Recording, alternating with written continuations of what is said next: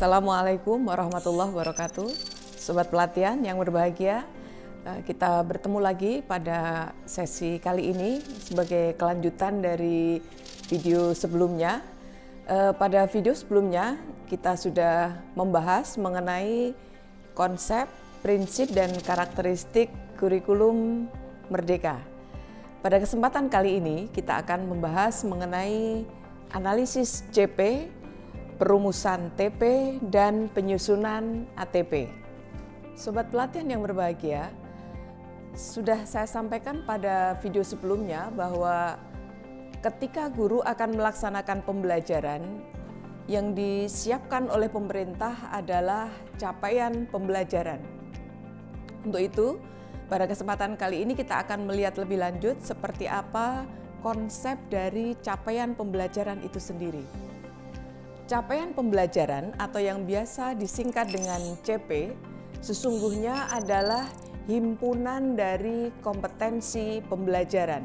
Ya, jadi bisa kita lihat di sini bahwa CP sesungguhnya adalah himpunan dari kompetensi pembelajaran. Sehingga ketika guru melaksanakan pembelajaran, orientasi yang dituju sesungguhnya adalah memfasilitasi peserta didik agar kompetensi yang ada di dalam konten CP bisa dicapai. Pada kurikulum Merdeka, Sobat Pelatihan untuk melaksanakan pembelajaran bagi guru, bahan bekal yang disiapkan oleh pemerintah adalah berupa CP. CP ini berisi himpunan kompetensi. Kompetensi pembelajaran tentu saja. Kompetensi pembelajaran ini tidak ada pengelompokan secara khusus. Jadi dia menghimpun semuanya, berbeda dengan kurikulum 2013. Pada kurikulum 2013, guru untuk melaksanakan pembelajaran diberikan bekal berupa sejumlah KD atau kompetensi dasar. Di sana ada pengelompokan, ada KD dalam lingkup sikap, jadi kompetensi dasar pada lingkup sikap sosial maupun sikap spiritual. Kemudian ada KD pada lingkup pengetahuan dan satu lagi ada KD pada lingkup keterampilan. Berbeda halnya dengan CP atau capaian pembelajaran. CP menghimpun semua kompetensi tadi. Jadi kalau KD itu sudah terpilah ada 4 tadi ya, ada KD sikap spiritual maupun sikap sosial dan pengetahuan serta keterampilan, maka CP ini memuat semuanya. CP memuat semuanya. Ada muatan kompetensi dalam CP pada lingkup pengetahuan, bisa juga dalam lingkup kompetensi keterampilan, dan satu lagi nanti ada kompetensi pada lingkup sikap. Semuanya ini terhimpun dalam satu CP. Sehingga ini menjadi perbedaan yang cukup mendasar antara CP dengan KD. Yang pertama. Yang kedua, bahwa CP di sini dikatakan berlaku untuk lingkup fase. Fase kita bisa lihat di sini bahwa fase itu mulai dari fase pondasi, kemudian ada fase A, B, C, D sampai dengan nanti fase E dan F. Kalau kita lihat fase pondasi itu berlaku pada jenjang PAUD atau RA. Adapun untuk jenjang MI di sini kita lihat ada 3 fase. Mulai dari fase A, fase B dan fase C. Ini berlaku untuk jenjang MI. Adapun untuk MTS, kita lihat di sini hanya ada 1 fase. Ya, ini untuk MTS. 1 fase saja yaitu fase D. Adapun untuk jenjang MA atau bisa juga MAK ada 2 fase, yaitu fase E dan fase F. Kalau kita cermati, semua fase ini kecuali pada fase E berlakunya lebih dari 1 tingkat. Kalau kita lihat pada fase fondasi itu ada kelompok belajar A dan B, gitu ya. Kemudian pada fase A kita lihat ya, ada MI untuk kelas 1 dan 2, sedangkan pada fase B itu kelas 3, 4, dan pada fase C di jenjang MI dia berlaku untuk kelas 5 dan 6. satu-satunya fase yang berlaku sekaligus untuk 3 tingkat atau 1 jenjang hanya ada di fase D, yaitu berlaku untuk kelas 7, 8, dan 9. Nah, kemudian satu-satunya fase yang hanya berlaku untuk 1 tingkat, yaitu kelas 10 saja, hanya ada fase E. Dan yang terakhir adalah fase F. Ketika kita cermati pada kurikulum 2013, sobat pelatihan pasti akan menemukan bahwa sekalipun mapelnya sama, KD pada masing-masing kelas tadi kita pastikan berbeda. Nah, ternyata pola itu tidak kita temukan pada kurikulum Merdeka. Di kurikulum Merdeka, capaian pembelajaran berlaku 1 fase. Dari sini kita menjadi tahu, sebagai contoh, misalnya fase A, nanti ada mata pelajaran misalnya IPAS. Sobat pelatihan, sekarang tidak ada pelajaran IPA atau IPS, tapi dilebur menjadi 1, diintegrasikan yaitu menjadi IPAS, Ilmu Pengetahuan Alam dan Sosial. Ketika nanti ada IPAS, nah IPAS itu belum berlaku di sini ya, misalnya kita lihat di sini, IPAS pada fase C. Ketika kita lihat fase C itu kelas 5 dan 6, maka nanti artinya CP IPAS untuk kelas 5, 6 itu dipakai bersama. Sehingga nanti pembelajaran baik kelas 5 maupun kelas 6, CP yang dijadikan acuan pembelajaran yang akan dituju itu sama. Ini tentu berbeda dengan kurikulum 2013 yang tadi sudah kita ketahui bahwa ketika kelasnya berbeda, sekalipun mapelnya sama, KD-nya kita pastikan sama. Berbeda dengan fase, sekalipun kelasnya berbeda, selama fasenya sama, maka nanti CP-nya juga akan sama. Nah, konsep ini yang perlu kita pahami secara baik, sehingga dengan adanya pola semacam ini berimplikasi terhadap adanya kolaborasi. Jadi guru yang ada dalam 1 fase dalam memperlakukan capaian pembelajaran untuk nanti berikutnya dikembangkan menjadi sejumlah tujuan pembelajaran atau kita singkat dengan TP, harus ada kolaborasi. Sobat pelatihan, dengan melihat pola ini maka kita menjadi tahu kolaborasi pada kurikulum Merdeka bagi seorang guru yang berada pada 1 fase merupakan sebuah keharusan. Mengingat ketika pada 1 fase, seperti contoh fase B, di sini ada kelas 3 dan 4, berlaku 1 CP yang sama. Untuk itu, guru kelas 3 dan 4 harus mencermati CP bersama mereka agar nantinya pelaksanaan pembelajaran untuk mencapai CP tersebut dapat dilakukan sinergi dalam memfasilitasi peserta didik. Setelah kita tahu urgensi atau sisi penting dari capaian pembelajaran sebagai landasan atau tujuan dari pelaksanaan pembelajaran, kita perlu mengetahui sebenarnya yang ada di dalam CP itu apa saja unsurnya.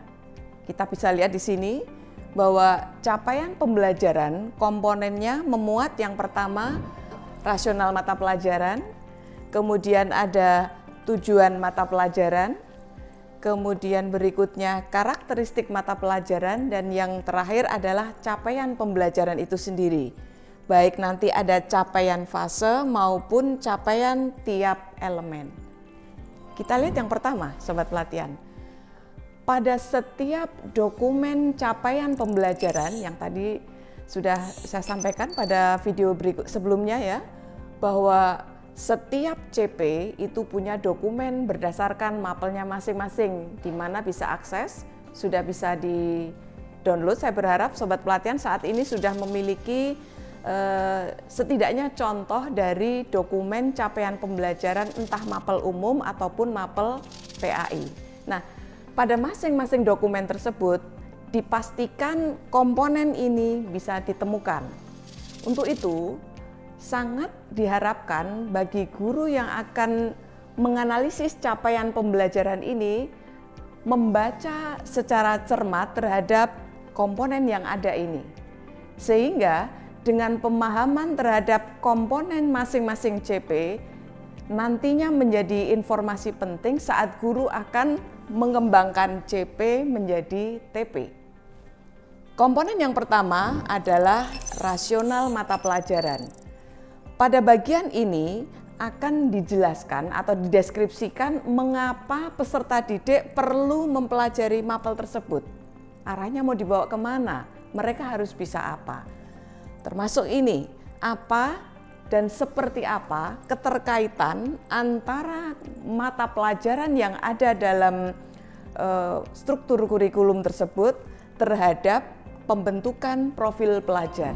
Seperti apa relevansinya dan nanti peran guru di bagian mana dan seperti apa perannya. Komponen berikutnya adalah tujuan mata pelajaran. Sangat penting bagi guru mengetahui sesungguhnya mengapa peserta didik itu perlu belajar mapel-mapel itu. Arahnya harus memiliki pengetahuan atau kompetensi apa.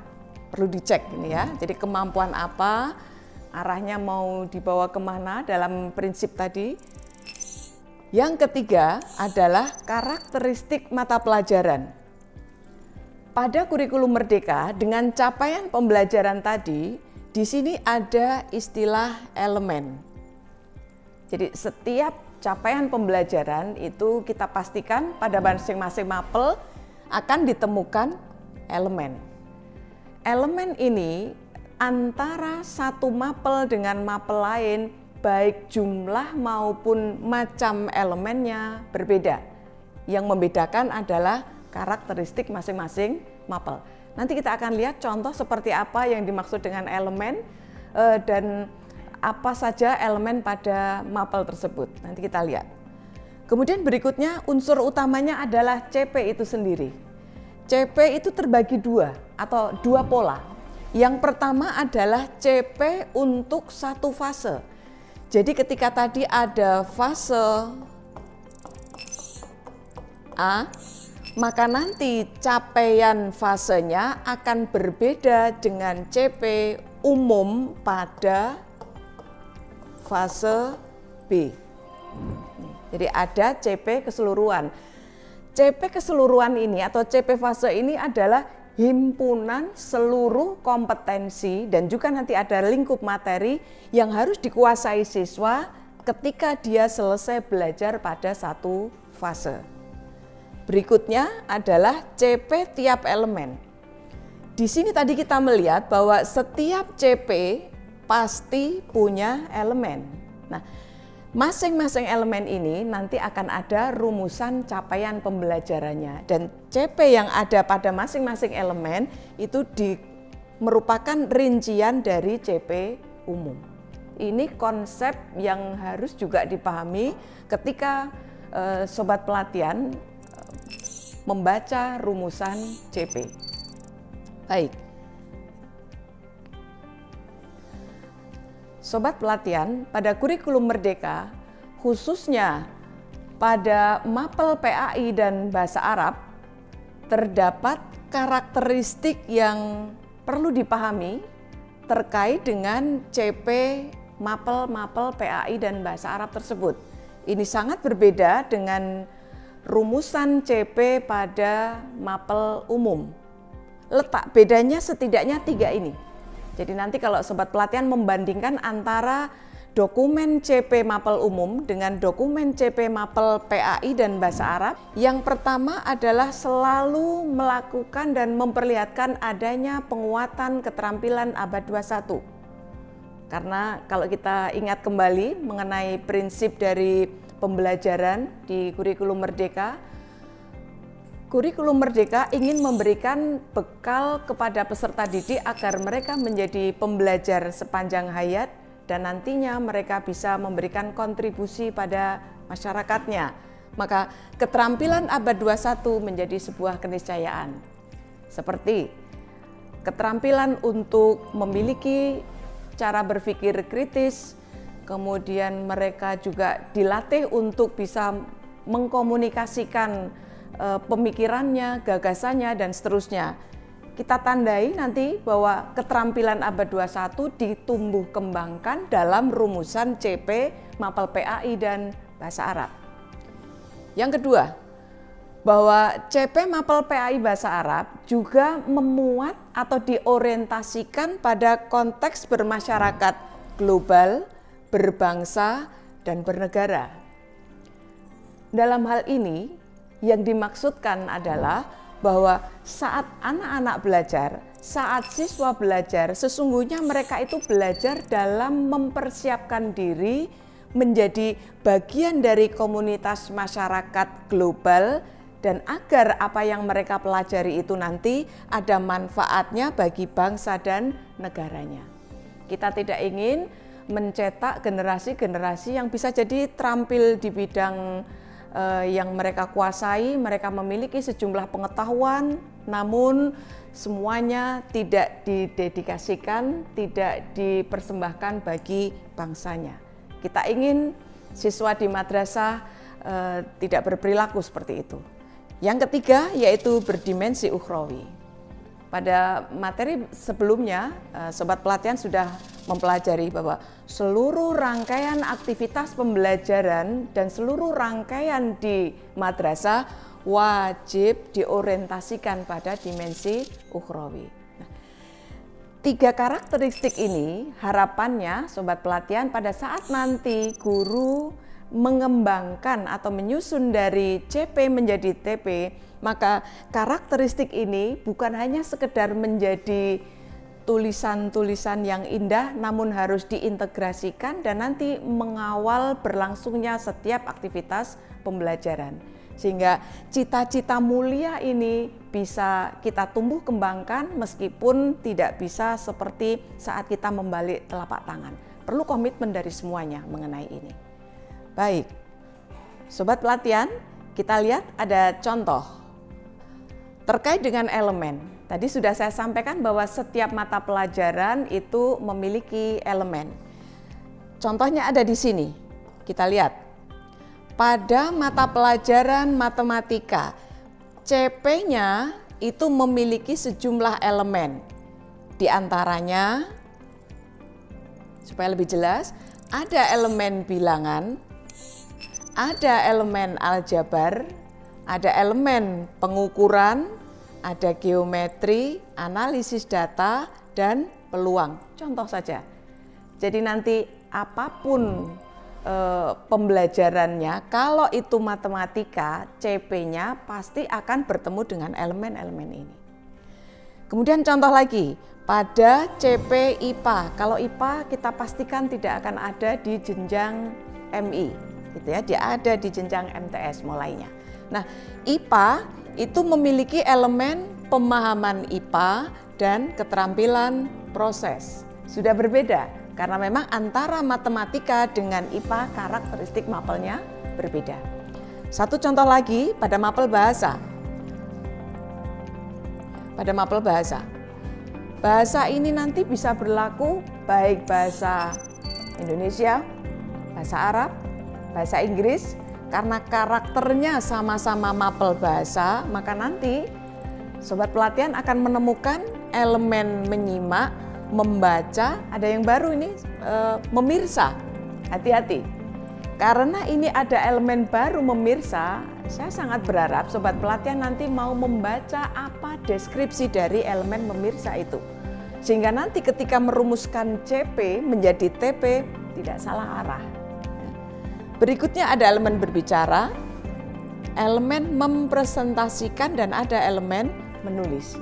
Jadi ini merupakan satu hal yang baru bagi Sobat Pelatihan yang mungkin mengampu, atau kalau misalnya Sobat Pelatihan adalah para pengawas akan mendampingi guru-guru bahasa yang selama ini akrab bagi mereka pada pembelajaran bahasa biasanya menyimak, membaca, memirsa.